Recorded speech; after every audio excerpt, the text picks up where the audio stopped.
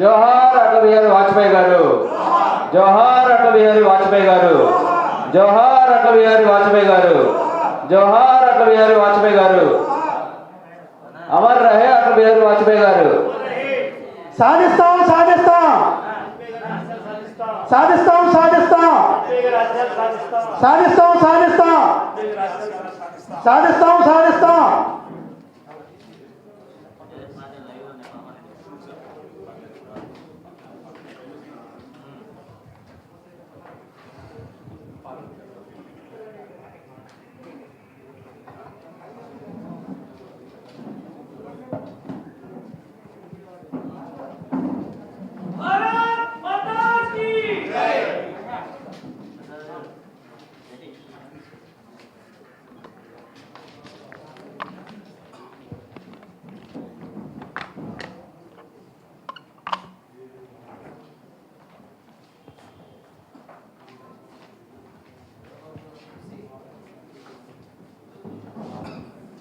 అందరికీ నమస్కారం అండి. ఈరోజు మన కలయికల కారణం దేశంలో అందరికీ తెలిసిందే. డిసెంబర్ 25వ తారీఖు ఇప్పుడు వాజ్పేయి గారి జయంతి 96వ జయంతి కార్యక్రమం దేశవ్యాప్తంగా ప్రతి రాష్ట్రాల్లోనూ, అసెంబ్లీల్లోనూ, మండలాల్లో, డివిజన్లోనూ, బూతుల్లోనూ సేవా కార్యక్రమం అన్ని చోట్ల జరుగుతున్నాయండి. ఈరోజు మనకి విజయవాడకి ముఖ్య అతిథిగా చేసిన జీవీఎల్ గారిని ఈరోజు ఈ కార్యక్రమాన్ని తీసుకోవాల్సిందిగా కోరుతున్నామండి. అలాగే ఈ కార్యక్రమం ముందు ఒక సేవా కార్యక్రమం మన అంజలి అనే ఒక పాప నిఫ్ట్లో సీటు రావటం జరిగిందండి. వారి నాన్నగారు ఆటో తోలుతారు. అయితే మనకి 23వ డివిజన్ అభ్యర్థి అయిన ప్రవీణ గారు, డాక్టర్ ప్రవీణ గారు వారికి తోచిన సాయం వారికి అందజేస్తున్నారు. అది జీవీఎల్ గారి చేతితో ఒకసారి అందజేయాలని కోరుకుంటున్నాను.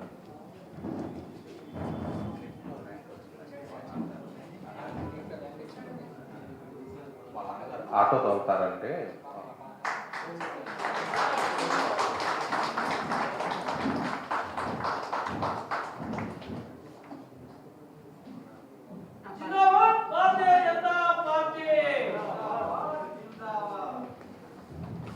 ఈ కార్యక్రమాన్ని జీవన్ గారు తీసుకోవాల్సిందిగా కోరుతున్నాము.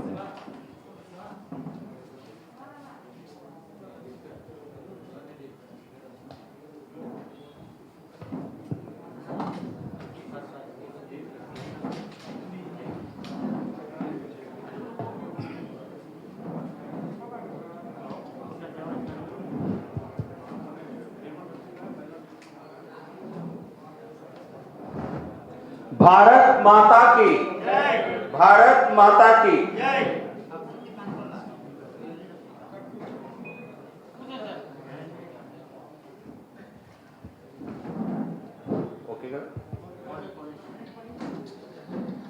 ఈరోజు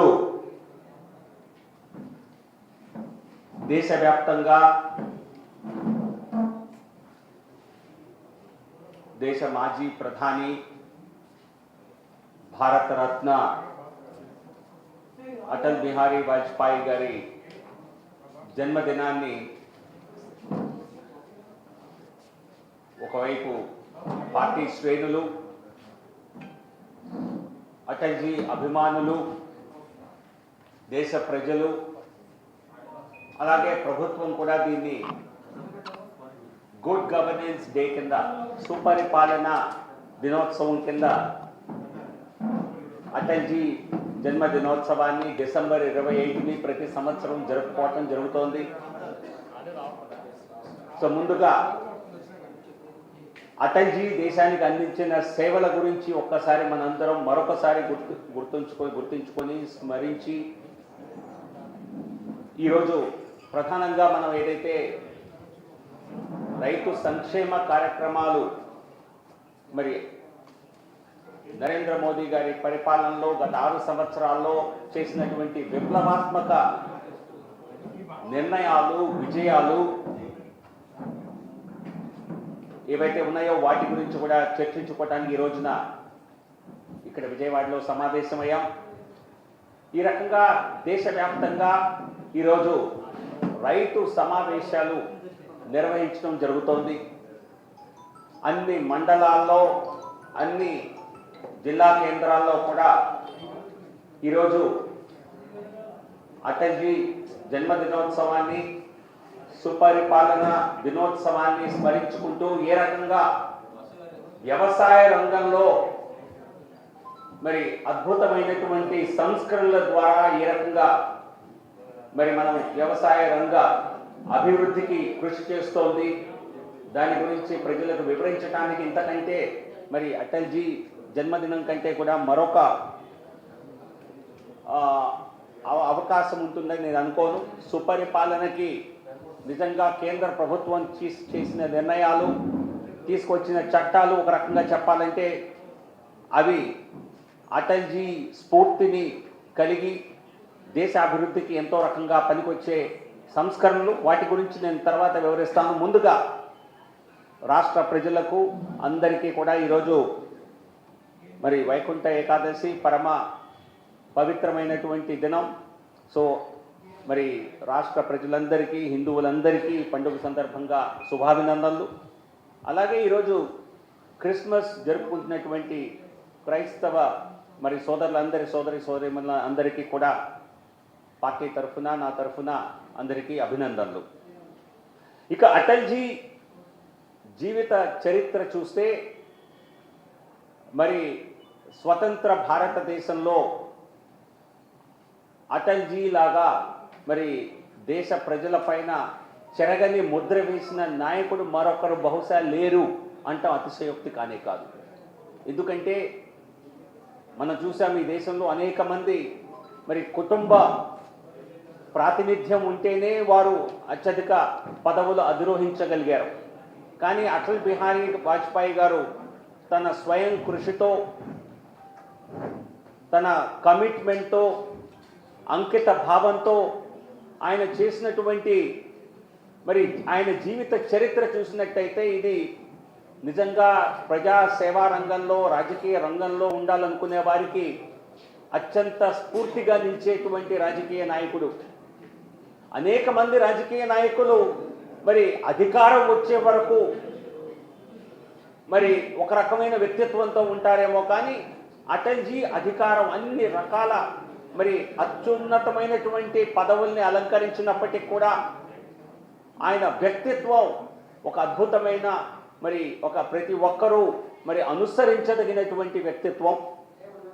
అటల్ బిహారీ వాజ్పేయి గారు 1924వ సంవత్సరంలో ఈ రోజున డిసెంబర్ 25వ తేదీన జన్మించడం జరిగింది. ఒక సాధారణ కుటుంబంలో జన్మించినటువంటి వాజ్పేయి గారు, ఒక ఉపాధ్యాయుడి కుటుంబంలో జన్మించినటువంటి వాజ్పేయి గారు మరి ఈ భారత ప్రజాస్వామ్యంలో మరి కేవలం పట్టుదల, స్వయం కృషి, ప్రజా సంక్షేమం పట్ల, ప్రజాభివృద్ధి పట్ల మరి సరైనటువంటి దృక్పథం ఉంటే ఎటువంటి ఉన్నత పదవులకైనా ప్రజలు అందలం ఎక్కిస్తారు అనడానికి వాజ్పేయి గారి వ్యక్తిత్వం ఒక నిదర్శనం.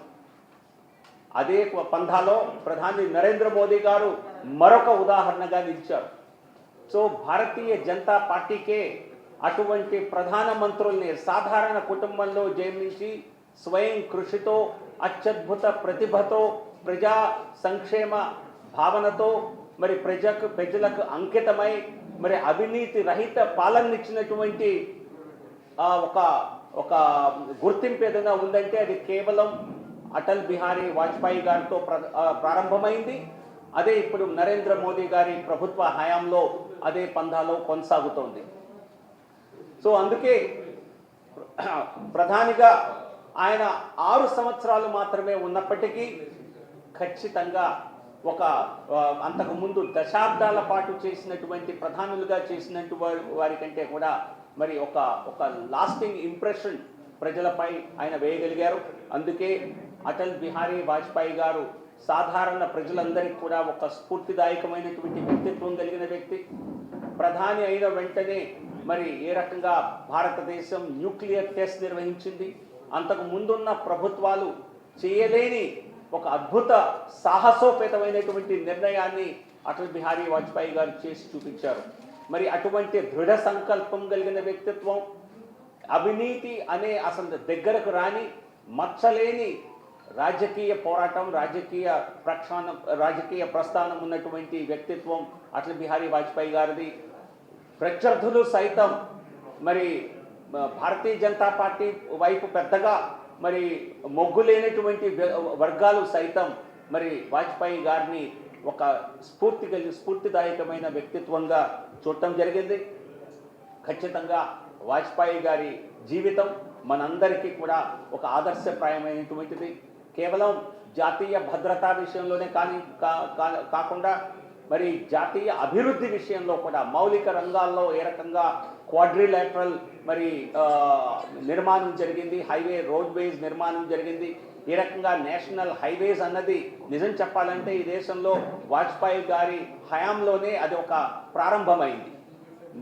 4 ప్రధాన మెట్రోపాలిటన్ నగరాలను కలుపుతూ చేసినటువంటి అభివృద్ధి, అలాగే ప్రతి గ్రామానికి ప్రతి పంచాయతీకి పక్కా రోడ్ల నిర్మాణం చేయాలన్న ఉద్దేశంతో ప్రధాన మంత్రి గ్రామ్ సడక్ యోజన అన్నటువంటి ఒక ప్రధాన కార్యక్రమం కానివ్వండి, ఇన్ఫ్రాస్ట్రక్చర్ డెవలప్మెంట్ ఈ దేశంలో నిజంగా ఒక ఒక ఒక ఒక తారాస్థాయికి చేరింది, ఒక అద్భుతమైన అభివృద్ధి చూసింది అంటే అది కేవలం అది వాజ్పేయి గారి హయాంలో.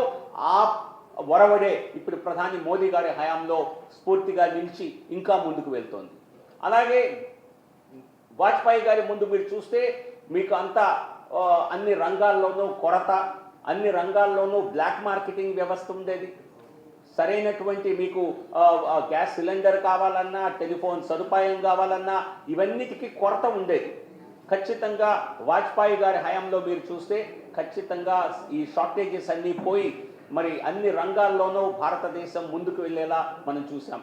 ఆర్థిక అభివృద్ధి రేటు కనుక చూసినట్లయితే వాజ్పేయి గారి హయాంలో గత 2 దశాబ్దాల్లో చూస్తే మీరు 3 దశాబ్దాల్లో హైయెస్ట్ ఎకనామిక్ గ్రోత్ అన్నది వాజ్పేయి గారి హయాంలో జరిగింది. లోయెస్ట్ ఇన్ఫ్లేషన్, ధరల పెరుగుదల అన్నది అత్యధికంగా అద్భుతంగా నియంత్రించినటువంటి ప్రభుత్వం భారతదేశ చరిత్రలో ఏదన్నా ఉంది అంటే మొదటిగా అప్పుడు వాజ్పేయి గారిది, తర్వాత అదే పంధాలో వెళ్తున్నటువంటి నరేంద్ర మోదీ గారి ప్రభుత్వం. సో కాబట్టి ప్రజల పట్ల, సాధారణ ప్రజల పట్ల ఒక కమిట్మెంట్తో, ఒక అంకిత భావంతో పనిచేసినటువంటి వాజ్పేయి గారు లాంటి నాయకుడు ఈ దేశానికి నిజంగా ఒక అద్భుతంగా ఒక ఎగ్జాంపుల్ లాగా నిలిచిపోయే ఒక ఉదాహరణగా చెప్పక తప్పదు. సాధారణ ప్రజలకు రాజకీయాల పట్ల ఈ దేశంలో ముఖ్యంగా యువతకు రాజకీయాల పట్ల ఆసక్తి కలిగింది అంటే, అంతకుముందు ఉన్నటువంటి ఒక నెగటివిటీ పోయింది అంటే దానికి మొదటిగా వాజ్పేయి గారు, తర్వాత నరేంద్ర మోదీ గారు, వీరిద్దరే. మరి రాజకీయాలు అనేవి కేవలం పెట్టుబడిదారులకో, ధనవంతులకో, కేవలం మరి సరైన కనెక్షన్స్ ఉన్నవారికో, కుటుంబ ప్రస్థానం ఉన్నవారికో మాత్రమే సాధ్యమవుతుంది అనుకునే తరుణంలో మరి ఒకవైపు వాజ్పేయి గారు ఏ రకంగా సాధారణ కుటుంబం నుంచి దేశ అద్భుతమైన నాయకుడిగా ఎదిగిన తీరు, అదే పంథాలో నరేంద్ర మోదీ గారు కూడా ఇంకా మరి పేద కుటుంబం నుంచి వచ్చి ఒక వెనుకబడిన వర్గం నుంచి వచ్చి కూడా ఏ రకంగా ఆయన అత్యున్నత ప్రపంచ స్థాయిలోనే ఈరోజు నాయకుడిగా ఎదిగారో మనం చూస్తున్నాం. ఖచ్చితంగా భారతీయ జనతా పార్టీ అటువంటి నాయకులకి జన్మనిచ్చింది. నిజంగా మన పార్టీ భారతీయ జనతా పార్టీ చేసుకున్నటువంటి ఇది ఒక అదృష్టంగా ఖచ్చితంగా మనం కూడా భావించాలి. ఫారెన్ పాలసీ విషయంలో మరి అటల్ బిహారీ వాజ్పేయి గారు అంతకుముందు విదేశాంగ శాఖ మంత్రిగా మరి కొద్ది సమయమే ఉన్నప్పటికీ అప్పటి జనతా పార్టీ ప్రభుత్వంలో అప్పుడు కూడా ఒక అద్భుతమైన ప్రతిభ కనిపించారు. కనబడి కూడా మరి ఒక తన అద్భుతమైనటువంటి ఒక ప్రతిభతో మరి పార్లమెంటేరియన్గా గ్రేట్ పార్లమెంటేరియన్గా గుర్తింపు తెచ్చుకున్నారు. ఈరోజు కూడా అటల్ బిహారీ వాజ్పేయి గారి ఉపన్యాసాలంటే మరి దానికి మించింది మరొకటి లేదు. ఇప్పటికి కూడా చాలామంది ఆ పాత ఉపన్యాసాలు విని మరి ఆయన అద్భుతమైనటువంటి ఉపన్యాసాలు కానివ్వండి, ఆయన చేసే చెలొప్పులు కానివ్వండి, ఆయన ఒక అద్భుతమైన కవి కూడా. ఆయన కవితలు కూడా ఈ రోజున భారతీయ జనతా పార్టీలో ప్రతి కార్యక్రమంలోనూ ఏదో ఒక రకంగా గుర్తు తెచ్చుకుంటుంటాం. సో అటువంటి బహుముఖ ప్రజ్ఞాశాలి అయినటువంటి వాజ్పేయి గారి జన్మదినోత్సవ సందర్భంగా ఈరోజు మనం ఇక్కడ కార్యక్రమాలు నిర్వహించుకోవటం, దేశవ్యాప్తంగా ఈ కార్యక్రమాలను నిర్వహించటం మనందరి అదృష్టం. నాకున్నటువంటి ఇంకో ప్రత్యేక అదృష్టం ఏంటంటే అటల్ బిహారీ వాజ్పేయి గారు ఎప్పుడైతే ఆయన మరణం చెందారో ఆ తర్వాత వారి అస్థికల్ని దేశంలోని అన్ని నదుల్లోనూ మరి నిమజ్జనం చేయాలన్నటువంటి కార్యక్రమం పార్టీ ఇస్తే ఆ సమయంలో కృష్ణానదిలో విజయవాడలో మరి పూర్తిగా సాంప్రదాయబద్ధంగా అన్ని కార్యక్రమాలు నిర్వహించి వారి అస్థికల్ని మరి ఇక్కడ కృష్ణానదిలో నిమజ్జనం చేసే అదృష్టం నాకు కలిగింది ఆ రోజున. సో మరి ఒక్కసారి ఇదే విజయవాడ నగరంలో ఈరోజు ఈ కార్యక్రమంలో పాల్గొని స్వర్గీయ అటల్ బిహారీ వాజ్పేయి గారిని స్మరించుకోవటం నిజంగా మనందరి అదృష్టం. సో ఈ అవకాశాన్ని కల్పించిన పార్టీకి, జాతీయ పార్టీకి, రాష్ట్ర పార్టీకి అందరికీ కూడా ముందుగా ధన్యవాదాలు.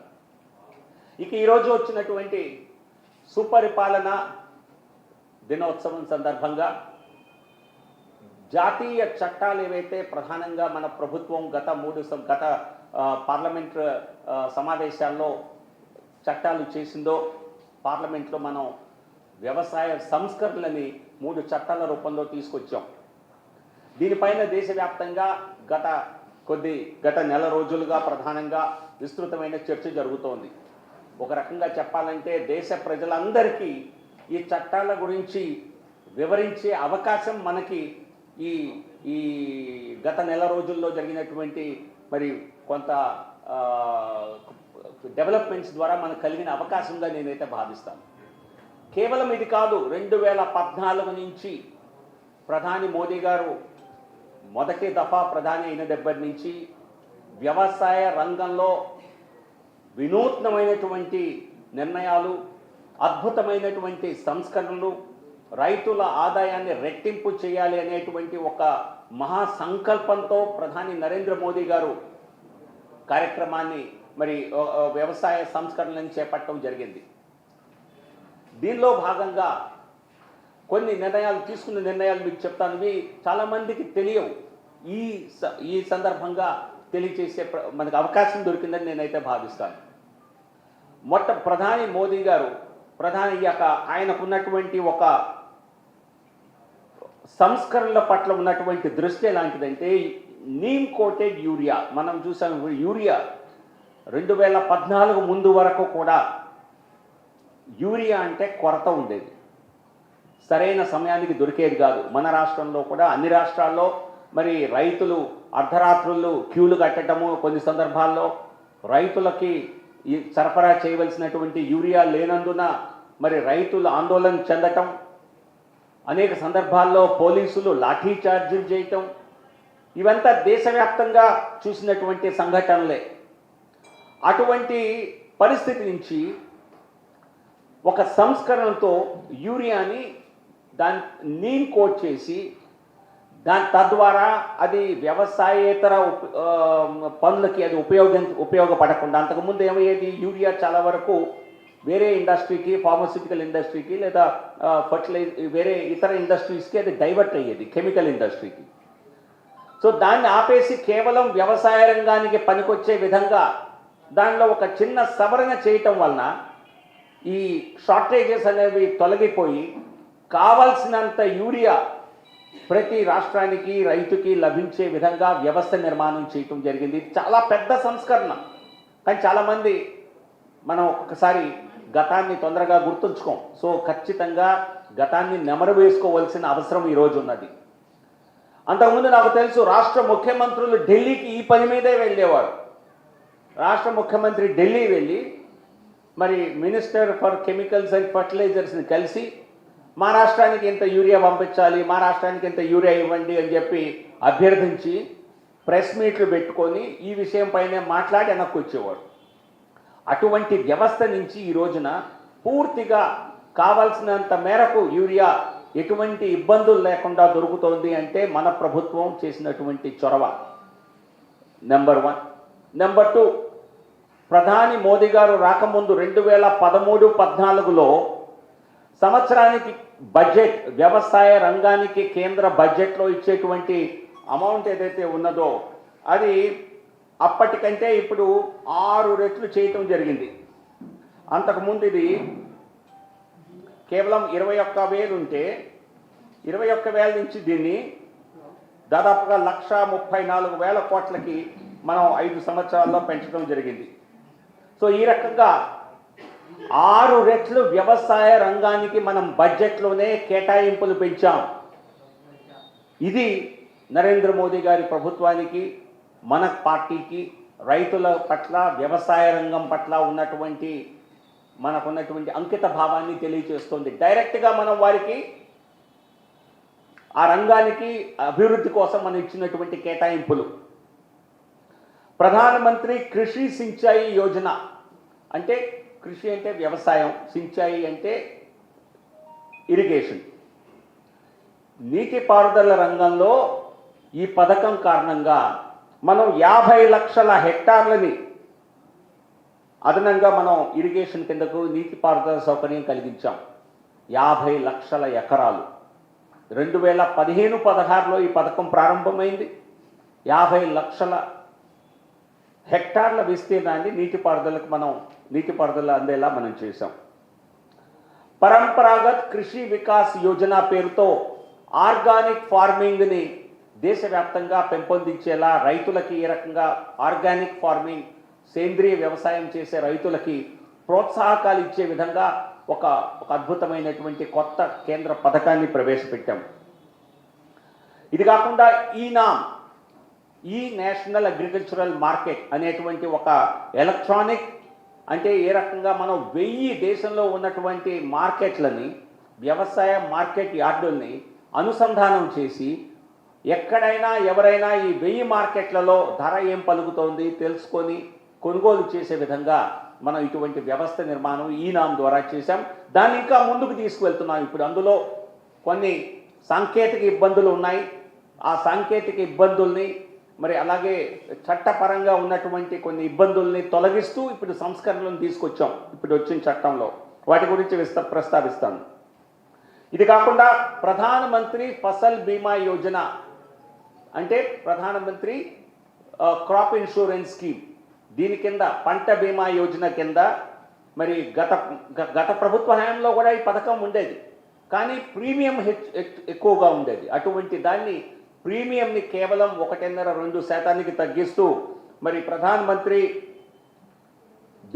పంటల బీమా యోజన కింద 6.6 కోట్ల రైతుల్ని మరి వారి వ్యవసాయాన్ని, వారి పంట భూముల్ని మనం ఇన్షూర్ చేయగలిగాం. వారి పంటను ఇన్షూర్ చేసాం 6.6 కోట్ల మందివి. ఈ రకంగా అనేక పథకాలు తీసుకొచ్చి మనం అలాగే ఎంఎస్పి, దీని గురించి చాలా చర్చ జరుగుతోంది. ఎంఎస్పి గత ప్రభుత్వ హయాంలో, కాంగ్రెస్ ప్రభుత్వ హయాంలో వరి, గోధుమలు తప్పించి మరే పంటని కొనుగోలు చేసేవారు కాదు. చేసినా కూడా ఏదో అక్కడ ఇక్కడ తడప చేసేవారు తప్పితే ప్రధానంగా ఎప్పుడు పెద్దగా చేసేవారు కాదు. కాంగ్రెస్ ప్రభుత్వం 5 సంవత్సరాల్లో చేసిన కొనుగోలు కంటే వ్యవసాయ ఉత్పత్తుల్ని మనం 2.5 రెట్లు ఎక్కువ కొనుగోలు చేశాం. అంటే రైతులకి కేవలం అంతకుముందు 3,40,000 కోట్ల 5 సంవత్సరాల్లో కొనుగోలు జరిగితే మనం 5 సంవత్సరాల్లో దాన్ని 8,70,000 కోట్లకి పెంచాం. దాదాపుగా 2.5 రెట్లు పెంచాం. సో రైతుల ఆదాయం రెట్టింపు చేయాలి అంటే రైతుకి సరైన ధర లభించాలి అన్నటువంటి కేవలం ఒక స్లోగన్గా కాకుండా దాన్ని నిజంగా గ్రౌండ్ చేసినటువంటి, దాన్ని నిజంగా నిజస్వరూపం దానికి కలిగేలా చేసినటువంటి ప్రభుత్వం నరేంద్ర మోదీ గారి ప్రభుత్వం. సో ఈ రకంగా అలాగే మనం చూస్తాం. ఆ, స్వామినాథన్ కమిషన్ అని చెప్పి అందరూ విన్నారు. ఎంఎస్ స్వామినాథన్ అందరికీ సుపరిచితులే. వ్యవసాయ రంగంలో మరి దేశంలో పేరొందినటువంటి సైంటిస్ట్. అటువంటి డాక్టర్ స్వామినాథన్ ఆయన ఒక కమిషన్ రిపోర్ట్ను 2005లో సబ్మిట్ చేస్తే అన్ని పంటలకి, ముఖ్యమైన పంటలకి మరి కనీస మద్దతు ధర అన్నది ఆ పంటలపై రైతు పెట్టే ఖర్చు కంటే కనీసం 50% వారికి లాభం చేకూరేలా ఉండాలి అని 2005లో, అంటే అప్పుడు మన్మోహన్ సింగ్ గారి ప్రభుత్వం ఉన్నప్పుడు కాంగ్రెస్ ప్రభుత్వ హయాంలో ఆ కమిషన్ని వారే వేశారు. ఆ కమిషన్ ఇచ్చిన రికమెండేషన్లో ఇది ఒక ప్రధాన రికమెండేషన్. 2005-6లో ఆ స్వామినాథన్ కమిషన్ రిపోర్ట్ సబ్మిట్ చేయటం జరిగింది. కానీ ఆ రిపోర్ట్ని కాంగ్రెస్ పార్టీనే పక్కన పడేసింది, ఇంప్లిమెంట్ చేయలేదు. 2.5 దాన్ని వ్యవసాయ ఖర్చు కంటే రైతుకి కనీసం 50% లాభించేలా వాని కనీస మద్దతు ధర నిర్ణయించాలి అన్నటువంటి ప్రధాన మరి రికమెండేషన్ ఏదైతే ఉందో దాన్ని ఆ ప్రభుత్వం పట్టించుకోలేదు. మనం 2018లో మన ప్రభుత్వం వచ్చాక, కాంగ్రెస్ ఆ తర్వాత 9 సంవత్సరాల అధికారంలో ఉంది కానీ దాన్ని అమలు చేయలేదు. మనం 2018లో నరేంద్ర మోదీ గారి ప్రభుత్వమే ఈ కనీస మద్దతు ధర మరి కనీసం ఖర్చు కంటే 50% లాభం చేకూరేలా ప్రతి పంటకి నిర్ధారించడం జరిగింది. కొన్ని పంటల్లో రెట్టింపు కూడా ఉంది, ఖర్చు కంటే రెట్టింపు ఉన్నటువంటి పంటలు కూడా ఉన్నాయి, కానీ కనీసం 50% ఎక్కువ ఉండాలి అని నిర్ణయించడం జరిగింది. నేను చెప్పినట్లుగా గత ప్రభుత్వాలు ఎంఎస్పీని అప్పుడప్పుడు ప్రకటించేవి, ప్రతి సంవత్సరం ప్రకటించేవి, కానీ కనీస మద్దతు ధరకి ఎక్కడా విలువ లేని పరిస్థితి. ఎక్కడా బియ్యం, వరి, గోధుమలు తప్పితే మిగతా పంటలేవి కొనుగోలు చేసేవి కాదు. కానీ ఈ రోజున కాంగ్రెస్ పార్టీ మరి దేశవ్యాప్తంగా కానివ్వండి, ఇటు తెలంగాణలో కానివ్వండి చేసేటువంటి మరి వ్యాఖ్యలు చూస్తే వీరు వారేనా అన్న అనుమానం కలుగుతుంది. రైతులకు అన్యాయం చేసి మన ప్రభుత్వం, నేను చెప్పాను కదా, 2.5 రెట్లు ఎక్కువ కొనుగోలు చేసింది. ఒక రకంగా చెప్పాలంటే పల్సెస్లో, పప్పు ధాన్యాల విషయంలో గతంలో కంటే మనం 75 రెట్లు ఎక్కువ కొన్నాం. వారెప్పుడు కొనుగోలు చేయాల, కాకపోతే విమర్శలు చేయటానికి మాత్రం ఈ కాంగ్రెస్ పార్టీ ఎప్పుడు ముందుంటుంది. నిన్న రాష్ట్రపతి గారి దగ్గరికి వెళ్ళి రాహుల్ గాంధీ ఏదో రిప్రజెంటేషన్ ఇవ్వటం జరిగింది, మన ప్రభుత్వంపై విమర్శలు చేయటం జరిగింది. ఇది వాస్తవాలకి దూరంగా ఉన్నది. మన ప్రభుత్వం చెప్పింది చేసింది, ఆదాయం రెట్టింపు చేయాలన్న ప్రధాన ఉద్దేశాన్ని అమలు చేస్తోంది. కానీ కొంతమంది మరి ప్రజల్లో, రైతుల్లో మరి అపోహలు కలిగించి ఏదో ఒక రకంగా లాభించాలి అన్నటువంటి, రాజకీయంగా లాభించాలని ప్రయత్నాలు చేస్తున్నారు. అవి ఖచ్చితంగా ఫలించవు. ఈరోజు మనం చేసినటువంటి 3 చట్టాల్లో ఉన్నటువంటి ప్రధాన సంస్కరణలు ఏవైతే ఉన్నాయో ఈ సంస్కరణలన్నీ కూడా డాక్టర్ స్వామినాథన్ కమిషన్ తన రిపోర్ట్లో ప్రస్తావించినవే. డాక్టర్ స్వామినాథన్ ఏదన్నా మరి ఒక పర్టికులర్ ఇండస్ట్రీ కోసం ఎవరైనా లాభించాలని చేశారా? ఖచ్చితంగా ఇప్పటి వరకు జరిగినటువంటి అన్ని ప్రధాన మరి కమిటీలు కానివ్వండి, ఎక్స్పర్ట్స్ కమిటీస్ కానివ్వండి, వ్యవసాయ రంగం పట్ల పూర్తి అవగాహన కలిగినటువంటి ఆర్థికవేత్తలు కానివ్వండి, అనేక రైతుల నాయకులు కానివ్వండి, రైతు సంఘాలు కానివ్వండి, వారందరూ గత దశాబ్దాల పాటు వారు వేచి చూసినటువంటి సంస్కరణలు ఏవైతే ఉన్నాయో ఆ సంస్కరణలని ఈరోజు నరేంద్ర మోదీ గారి ప్రభుత్వం చేసి చూపించింది. నిజం చెప్పాలంటే వాజ్పేయి గారి హయాంలోనే దీనికి ఒక పునాది వేయటం జరిగింది.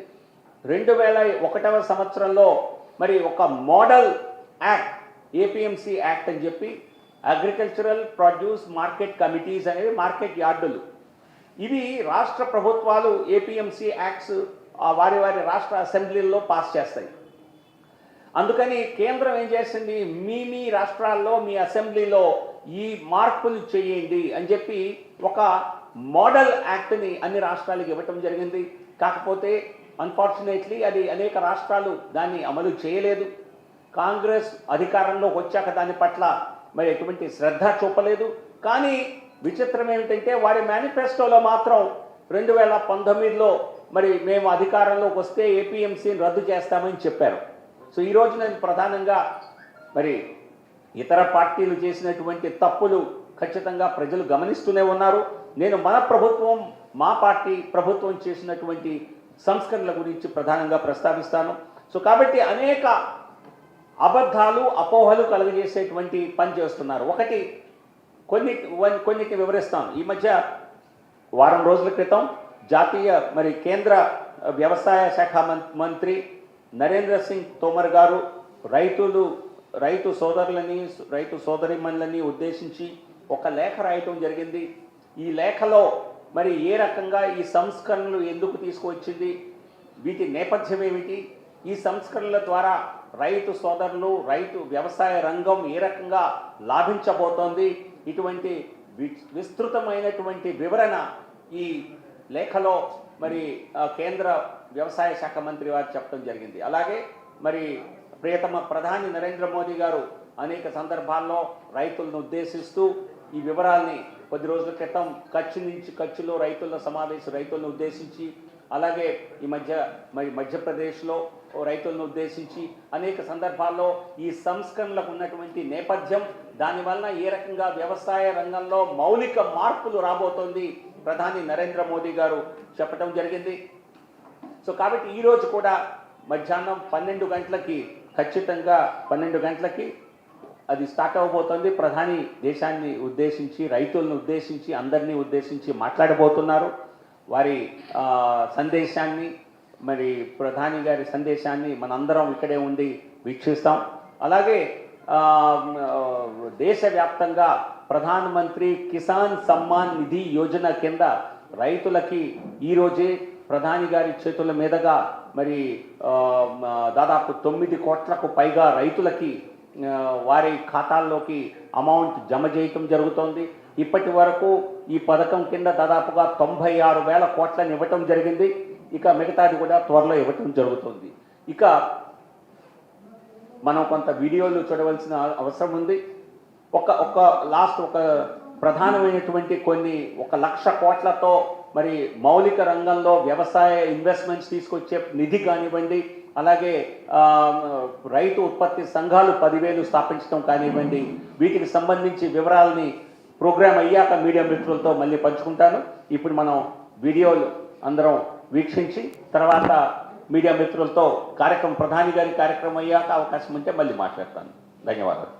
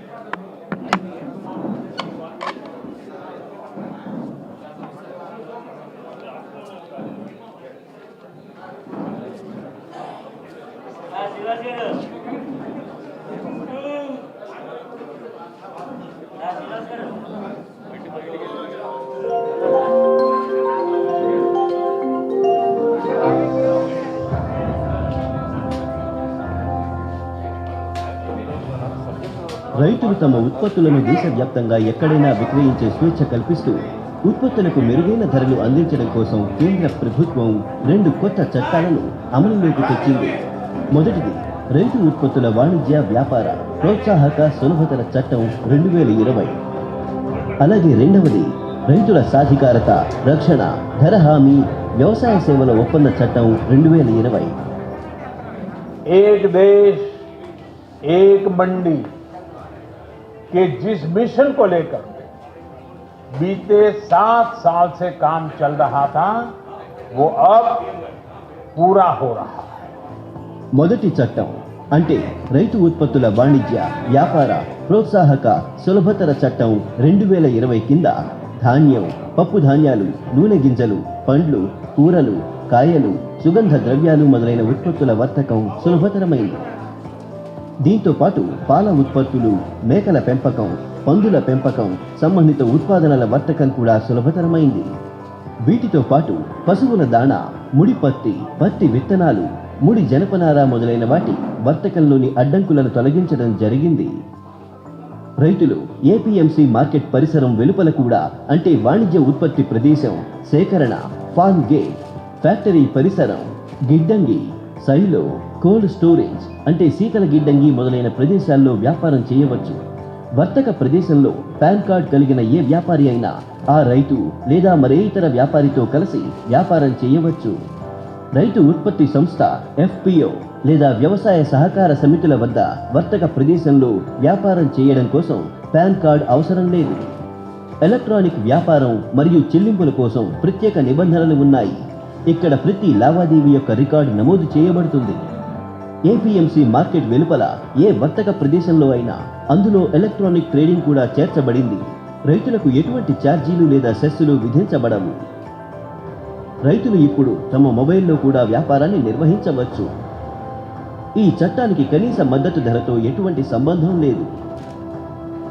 రైతులకు ఎంఎస్పి లభిస్తూ ఉన్నది. అలాగే దీని ద్వారా సేకరణ కొనసాగుతుంది. మార్కెట్ వ్యవస్థ మునుపటిలాగానే కొనసాగుతుంది. ఒకవేళ ఏ వ్యాపారి అయినా ఈ చట్టం యొక్క ఏ నిబంధననైనా ఉల్లంఘిస్తే వారికి జరిమానా విధించే నిబంధన కూడా ఉన్నది. చర్చలు మరియు అభిప్రాయ భేదాల పరిష్కారానికి సయోధ్య బోర్డులో నిబంధన ఉన్నది. అందులో రైతులు స్థానిక ఎస్డిఎం వద్ద తమ ఫిర్యాదులను చేయవచ్చు. ఇప్పుడు రైతులు తమ పంటను ఎక్కడైనా ఎవరికైనా అమ్మవచ్చు. ఇప్పుడు రైతు ఎవరి మీదో ఆధారపడడానికి బదులు పెద్ద ఆహార ఉత్పత్తి సంస్థలతో భాగస్వాములుగా కలిసి ఎక్కువ లాభం పొందుతారు. రైతులకు వారి పంటలకు గరిష్ట ధర ఇప్పించడం మరియు గ్రామీణ ప్రాంతాలలో వ్యవసాయ పెట్టుబడుల కోసం ప్రభుత్వం 2వ చట్టం రైతుల సాధికారత, రక్షణ, ధర హామీ, వ్యవసాయ సేవల ఒప్పంద చట్టం 2020ని అమలులోకి తెచ్చింది. ఈ చట్టం కింద రైతు ఎవరైనా వ్యాపారి, ఎఫ్పిఓ, కొనుగోలు ఏజెన్సీలు, అగ్రి బిజినెస్ సంస్థ, ప్రొసెసర్, టోకు వ్యాపారి, ఎగుమతిదారు, ఫుడ్ ప్రాసెసింగ్ ఏజెన్సీ, ఆహార పరిశ్రమలతో పంట కోతకు ముందే పరస్పరం ఒప్పందం చేసుకోవచ్చు. ఈ క్రమంలో అయ్యే ఖర్చులన్నీ కూడా కొనుగోలుదారు స్వయంగా భరిస్తారు. రైతులు ఇప్పుడు పంట అమ్మకం గురించి చింతించాల్సిన అవసరం లేదు. రైతులకు నిర్ధారిత ధర పొందే హామీ లభిస్తుంది. దాంతో పాటుగా రైతులను ఏ ఒప్పందంలోనూ కట్టి పడేయలేరు. రైతు ఏ సందర్భంలో అయినా ఎటువంటి పెనాల్టీలు లేకుండా ఒప్పందం నుంచి బయటపడే స్వేచ్ఛను కలిగి ఉంటారు. ఈ చట్టంలో స్పష్టం చేయబడింది ఏమిటంటే రైతులు భూ విక్రయం, లీజు, తాకట్టు పెట్టడం వంటివి చేయలేరు. ఒప్పందం పంటలకు మాత్రమే కానీ భూమికి జరగదు. పలు రాష్ట్రాలలో ఈ రకమైన ఒప్పందాలు రైతులు ముందు నుంచే వ్యాపారులతోనూ కార్పొరేట్లతోనూ చేసుకుని బంగాళదుంప, అరటి, మామిడి, పత్తి, తేయాకు, కాఫీ మొదలైన వాటిని విస్తృతంగా ఉత్పత్తి చేస్తున్నారు. అందుకే ఇప్పుడు చిన్న రైతులకు కూడా గొప్ప ప్రయోజనం కలుగుతుంది. వారికి మెరుగైన లాభాలతో పాటు ఆధునిక టెక్నాలజీ మరియు ఉపకరణాల ప్రయోజనం కూడా లభించగలదు. గ్రామీణ ప్రాంతాలలో వ్యవసాయ పెట్టుబడులు పెరగడం వల్ల రైతుల ఆదాయంలో వృద్ధి కలుగుతుంది. అలాగే గ్రామీణ ఉపాధి కల్పన కూడా జరుగుతుంది. ఈ 2 చట్టాల ద్వారా అన్నదాతలకు స్వేచ్ఛ మరియు శ్రేయస్సులు 2 లభిస్తాయి. సాధికార అన్నదాత, స్వయం సమృద్ధ భారతం.